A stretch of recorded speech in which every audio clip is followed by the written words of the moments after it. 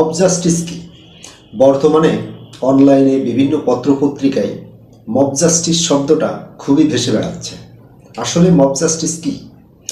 Mob শব্দের অর্থ হচ্ছে উত্তেজিত জনতা বা উত্তাল জনতা, আর জাস্টিস শব্দের অর্থ ন্যায় বিচার, যেটা আমরা অনেকেই জেনে থাকি। তো মব জাস্টিস একত্রে বলতে গেলে বলা যায় উত্তেজিত জনতার বিচার। সো যখন উত্তেজিত জনতা সংঘবদ্ধ হয়ে কোন আক্রোশের বশীভূত হয়ে বা তাদের আচরণের দ্বারা কোনো ব্যক্তিকে পিটিয়ে মেরে ফেলে, আর এই পিটিয়ে মেরে ফেলার এই প্রক্রিয়াকে বলা হয় লিঞ্চিং।